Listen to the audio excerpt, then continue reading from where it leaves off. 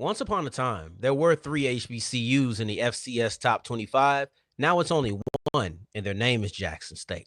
Oh, yeah, it's locked on HBCU. Play my music.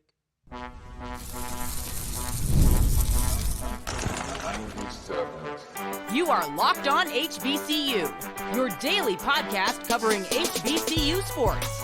Part of the Locked On Podcast Network, your team every day.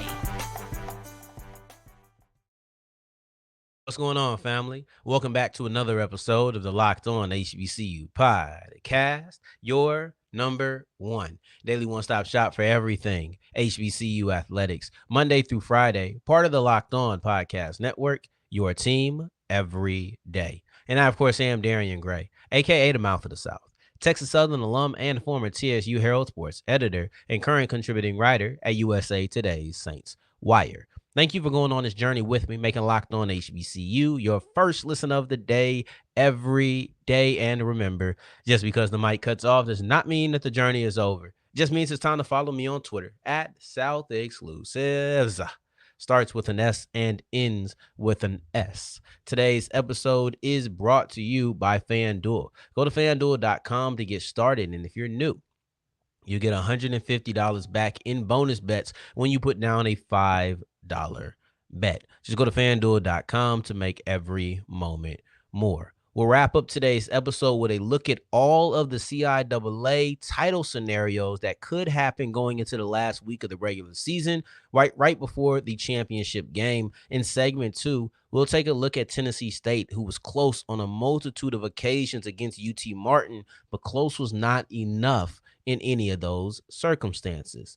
In the opening show, or the opening of the show, we'll take a look at Jackson State, because Jackson State is the lone remaining HBCU in the top 25 polls. They are in the AFCA top 25 poll. Actually, there was once 4. There's 4 separate teams. There's never been 4 at one point. It was always 3. But you're looking at now just one, and it is Jackson State. You've seen FAMU, you've seen North Carolina Central, you've seen Tennessee State, and you've seen JSU. The only one, it's funny because Jackson State has a good amount of history with all 3 of those other teams, Central as far as in the recent with the Celebration Bowl. But anywho, North Carolina Central or FAMU, let's start off with all the ones who got in there in chronological order. FAMU got in there. I think they were there in the beginning of the season. They were winning, keeping it along the way. Boom, boom, boom. Then they lost to Jackson State, and they dropped. Before they dropped, it was Jackson State, FAMU, and North Carolina Central. Yeah, FAMU was first in their ranking, and then you had North Carolina Central, and then you had Jackson State. Speaking of which, when I'm ranking them like this, I know we typically come in here on Tuesdays, and we talk about Stan Becton's NCAA rankings, the road to Atlanta, but he didn't post them this week before I recorded. So because of that, I said, you know what? Let's switch it up a little bit. It's still technically rankings. It's just not the rankings we typically address. So with that being the case, I'm going to project what I think it will look like when it does come out. But right now I want to talk about the lone HBCU, and that is Jackson State. I really do enjoy how JSU plays football because they handle business. I'll talk about this tomorrow on my HBCU circuit where we hit every single FCS HBCU. But they really come out and they handle business, and they show you why they're a quality team pretty much every time that they come on the field. They really do. And that's the thing that I appreciate about them more than anything else, is that sometimes when you have teams going against lower competition within the conference, you see an underestimation of their opponent. You don't see that with Jackson State. Even against Bethune-Cookman, I think they got caught off guard by the new quarterback a little bit, but then they come in and they just squash them in the second half, right? That's my greatest feature of Jackson State. You know, I did this with FAMU when they were the top team, and I talked about how their resiliency, their ability to show up in big moments was my favorite feature. For JSU, my favorite feature is the fact that every time I see them, they perform how they should. That's what I love about them. But anyway, FAMU was there until they lost to Jackson State. They dropped out. They haven't got back in. I think it's going to be very difficult for any HBCU to climb back into the rankings now if I'm going based off of history. Then North Carolina Central comes in. They've been going blazing this year, right? They were already in the FCS. They were in the FCS top 25 a year ago. Then they came back in this year once they knocked off Campbell, I believe. I think that it was that win that got them into the top 25. Well, now they're out after they lost to South Carolina State. Tennessee State, they came into the top 25 just last week. It wasn't the AFCA. Instead, it was the Stats Perform top 25. And with that, the Tigers were at 25. They lose to UT Martin. It was rough. Central and Tennessee State lost their way out of the top 25 this week. I think it's going to be very difficult for both of those teams to climb back in. As far as Tennessee State, we'll get into them in segment 2. But Jackson State has shown up. They have played really good defense. They played excellent offense all year. They almost look like nobody can stop them. Outside of that Jackson State versus Grambling game, who stopped Jackson State's offense? And even then, they weren't stopping JSU from getting yards. They were just forcing a lot of turnovers. So you still seeing the productive offense that they could be. Who's stopping Jackson State's offense this year? Because I haven't seen anybody. I can't wait. I can't wait until they play Alabama State. That's going to be such a fun game because that's going to be a powerful offense versus a powerful defense. And I can't wait to see how that matchup plays out, especially with the stakes at hand. Ooh, that's going to be a game. I'll tell you that right now. Now, let's look at what I think Stan Becton's top 25 or top 5 will look like. For the record, I'm going to go through the top 7 or 8 teams from last week. North Carolina Central in order. North Carolina Central, Jackson State, FAMU, South Carolina State, Tennessee State, Hampton, Alabama State, Southern. That's the 8, okay? If I had to predict, I think Jackson State will move up to 1. And I understand that Stan typically does not like putting South Carolina State above FAMU because the Rattlers won that game earlier in the year. But I think that the way the Bulldogs beat the Eagles was a little too much. I know it wasn't a wide margin of victory, but I did believe it was a controlling game. And with it being a controlling game, I think it's enough to warrant putting South Carolina State above FAMU, and it's easily the more impressive victory of the two.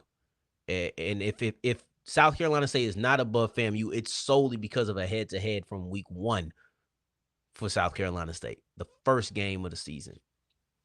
I don't think that'll be the case, though. I think South Carolina State will move up to 2. I think FAMU will stay put at 3. I think North Carolina Central comes in at 4 because they didn't just get blown out, and it was a good game. They got controlled, but it was still a good game. I don't think they dropped too much. 3 spots feels fair, and it's difficult to see who you would put above them, right? Like, I'm not putting Tennessee State above them. They just lost. I'm not putting Hampton above them. They just lost, even though they looked good in defeat. And then Alabama State, I'm not putting them above them either because the head-to-head. And I don't think Alabama State has a better victory on their schedule to this point, you know? So, and then Southern, that's a good one, but I don't think Southern makes it to 4. So you're looking at JSU, South Carolina State, FAMU, North Carolina Central, and then 5 gets really tricky because where do you rank Tennessee State? They were very close against an out-of-conference opponent. It was a conference opponent for them, but a non-HBCU opponent. Same with Hampton. Alabama State should jump Hampton, in my opinion. Beating the number 9 team on this ranking from last week in Alcorn State should get Alabama State to 6 at the least. I'm going to go on a stretch and say that Alabama State will be 5. I'm going to go on a stretch and say Alabama State will climb their way into the top 5 after this performance. I seen what happened when TSU beat Grambling. They jumped into the top 10. So I'm going to say Alabama State jumps into the top 5. That's my prediction. Let's go over it one more time. And I think it's fair. And I'm using a lot of what they're doing, but I'm also using some of my own opinion, right? And I'll talk about Tennessee State. I'll put Tennessee State at 6. I'm just trying to go based off tendencies. I like being right. When I'm predicting things, I like being right, which is why I don't predict often. But I'm going Jackson State, South Carolina State, FAMU, North Carolina Central, Alabama State. That's my prediction for Stan Becton's top 5. So let's see how it plays out whenever it does come up. But as we push forward, we're going to look at the team that I pushed down to number 6 on my projection. So that's the Tennessee State Tigers. They were very close, and they had multiple situations in which they were very close. Close, but no cigar wasn't just a way to describe the final score. It was a way to describe multiple drives by Tennessee State's offense. So let's look at that as we continue with Locked On HBCU.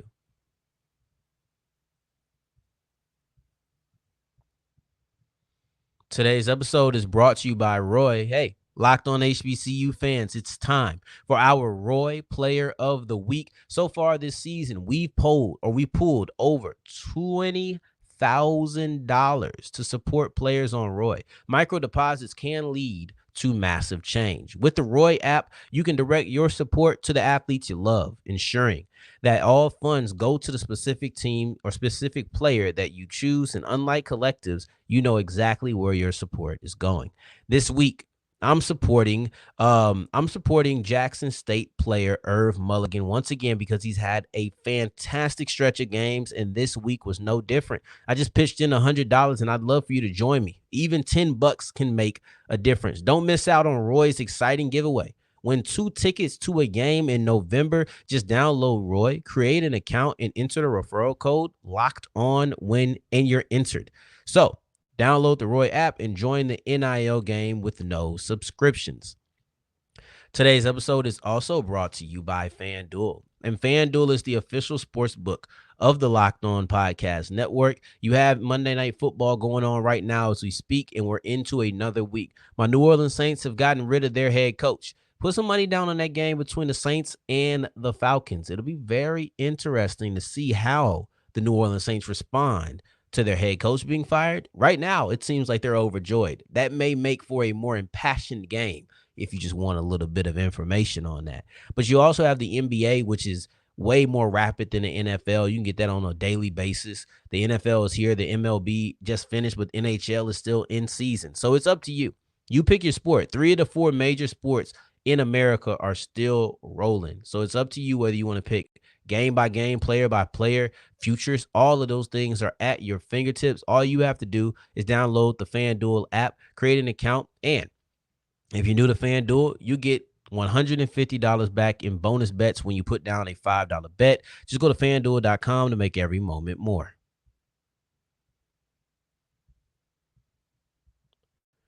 As we continue rolling on today's episode of Locked On HBCU, I appreciate you for making this your first listen of the day every day. For your second listen, make sure you're checking out Locked On College Football for all of the biggest news around college football and the game that we love, which includes HBCUs. That's my side of it. Go ahead and check out the bigger universities on that as well.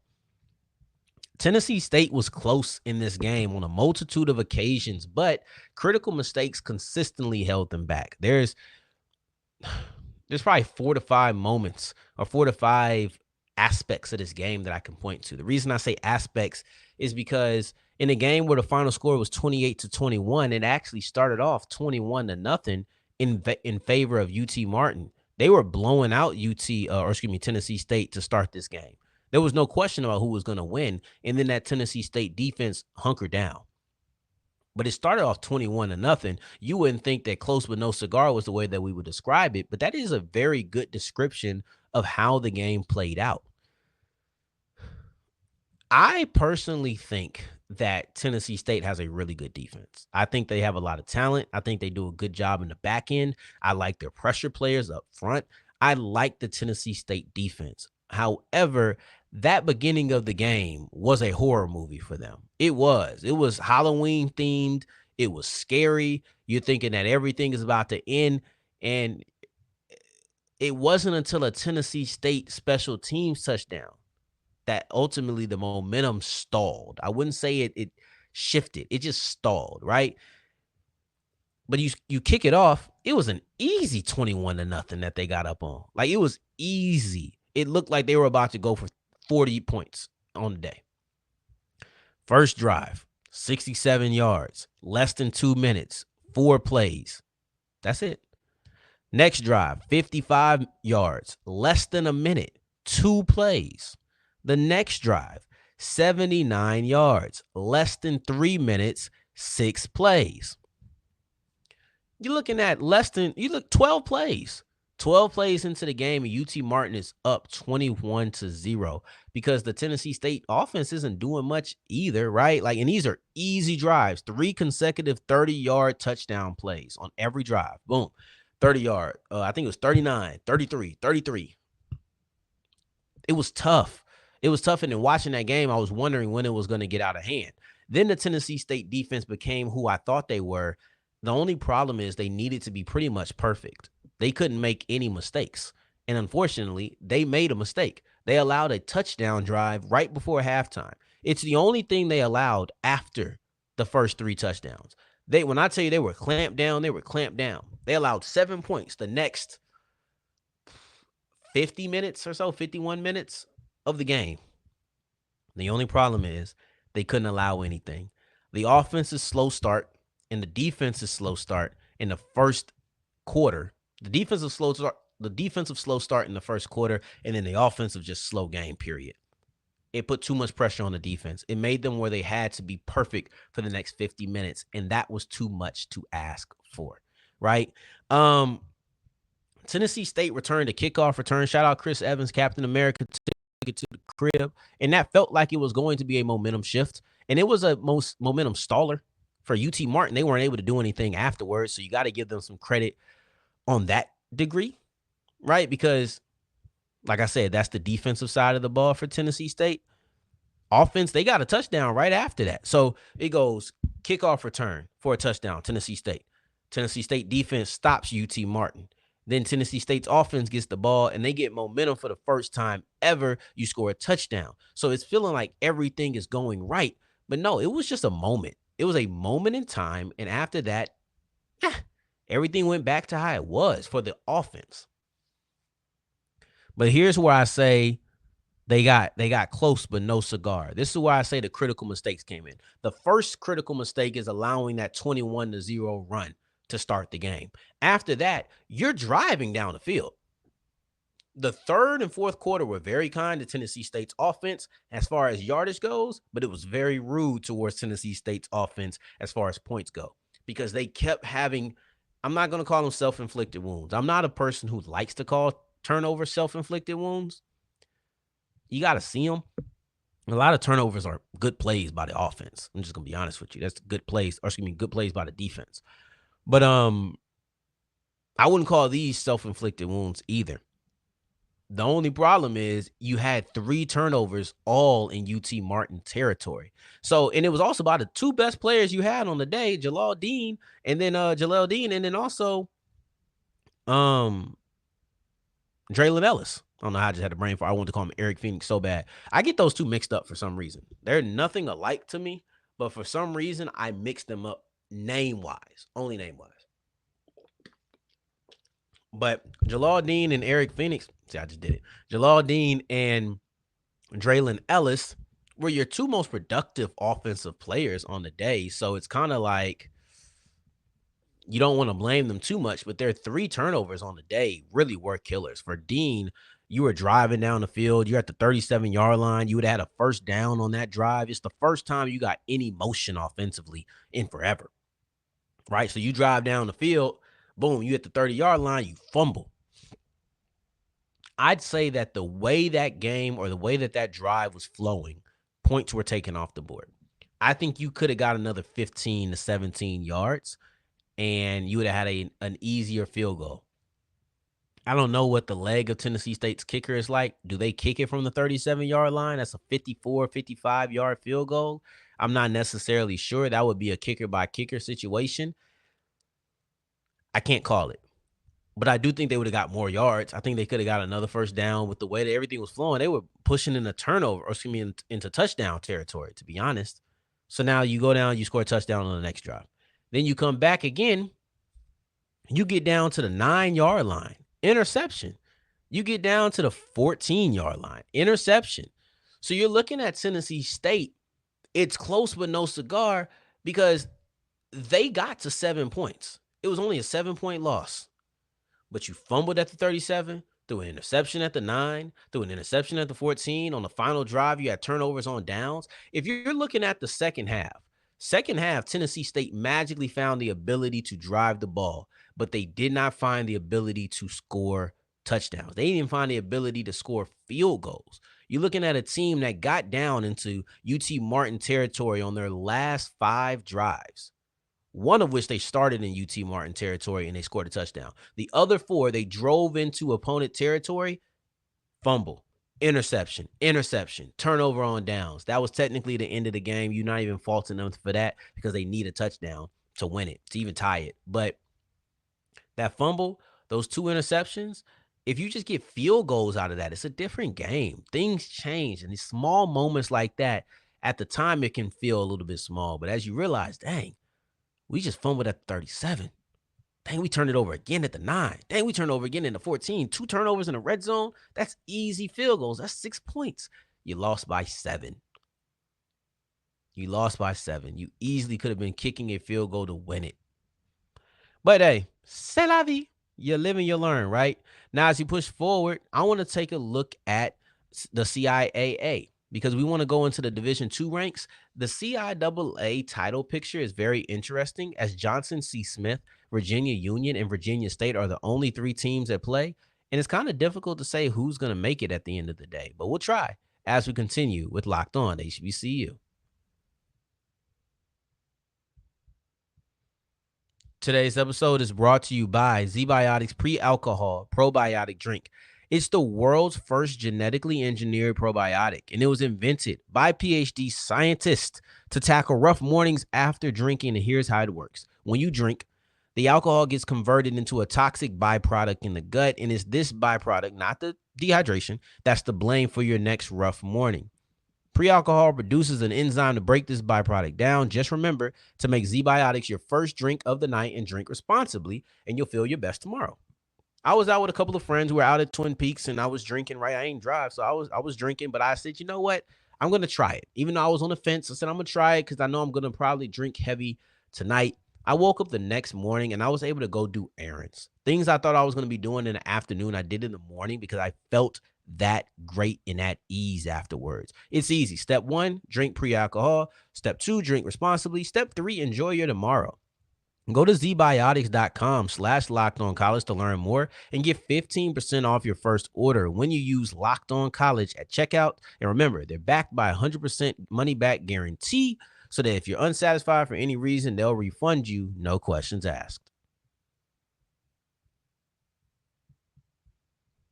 As we're wrapping up today's episode of Locked On HBCU, I appreciate you for making this your first listen of the day, every day, making it all the way to segment 3, and I thank you 2 times for that. Thank you. Thank you. There are only 2 games that matter this weekend in the CIAA, and that is Virginia Union versus Virginia State, and then Johnson C. Smith versus Livingstone, because there's only 3 teams that even matter, right? If you're just looking at the conference and how it's going to play out, there's only 3 teams that are even relevant. Johnson C. Smith, Virginia Union, and Virginia State. That's it. Outside of those 3 teams, nobody matters because nobody can make it into the conference championship except for them. And what's interesting is that there's a combination, right? It could be Johnson C. Smith versus Union, Johnson C. Smith versus Virginia State. It could be Virginia State versus Virginia Union again. All 3 of those are real likely situations.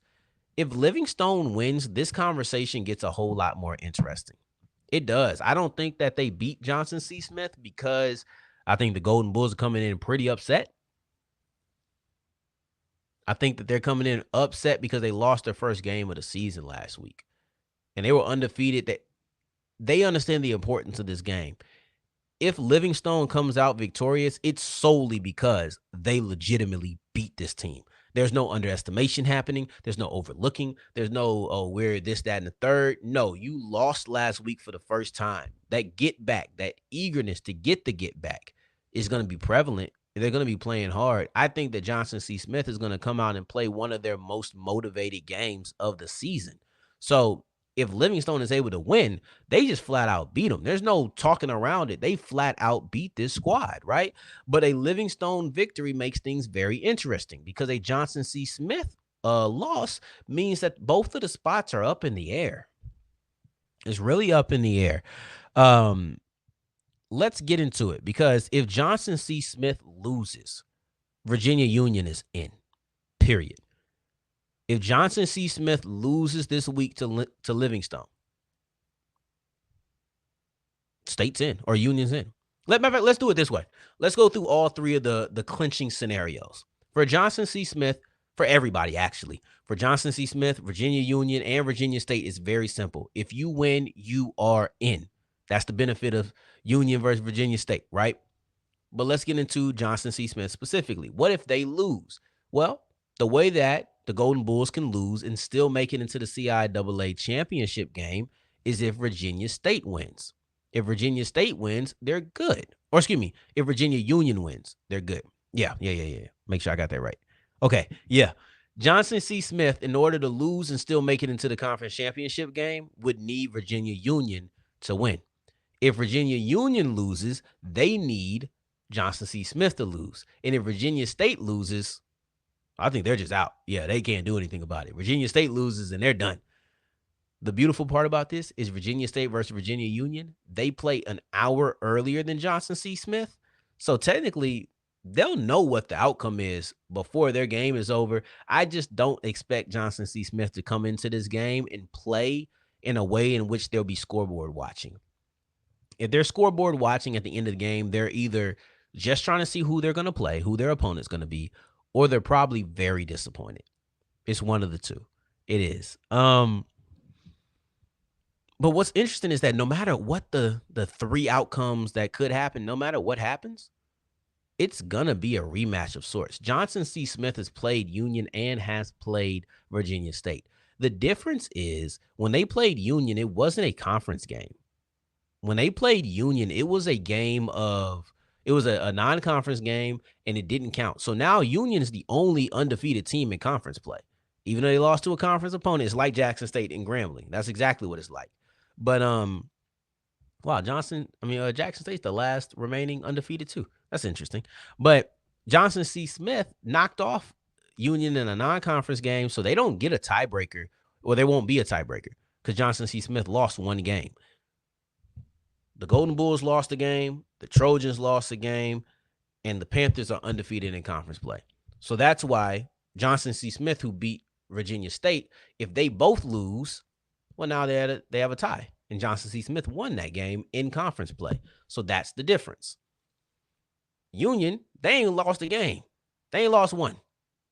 So if they lose, they need Johnson C. Smith to lose as well. So that is the situation that we're going into. No tiebreakers would really benefit, or that tiebreaker wouldn't benefit Jackson. Sorry.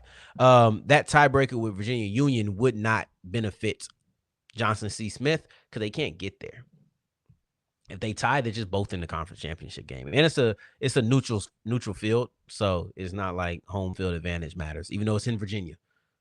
Anyway, so Johnson C. Smith kicks off an hour later. We'll see how that game goes. But yeah, this should be very interesting. I know this isn't a game to watch episode, but I just thought it was an interesting topic, and I thought I'd explore it with you guys, because why not? Tomorrow we're hitting our HBCU circuit. We're going all the way around, and we'll be discussing Elijah Williams, who is the all-time sack leader in Morgan State. Got to tip your hat to him. In the meantime, in between time, until the next time that we hear each other, family, take care, stay blessed. Peace.